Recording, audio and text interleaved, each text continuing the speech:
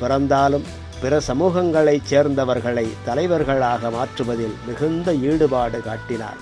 தமிழ்நாட்டில் பாஜக வளர்ந்ததற்கு இது மிக முக்கிய காரணமாக இருந்தது.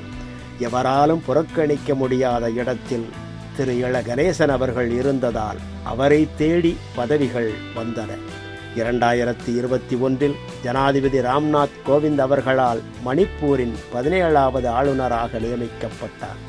18 ஜூன் 2022 முதல் மேற்கு வங்க மாநிலத்தின் கூடுதல் ஆளுநர் பொறுப்பையும் ஏற்றார்.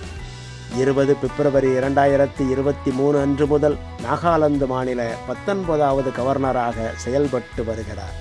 ஆட்சி அதிகாரங்களில் இல்லாத போது பாரதிய ஜனதா கட்சியை தமிழகத்தில் வளர்த்தெடுத்த தமிழக பாஜகவின் ஆளுமையான இல கணேசன் அவர்கள் இன்றைய பாஜகவில் இருப்பவர்களுக்கு வழிகாட்டியாக திகழ்கிறார்.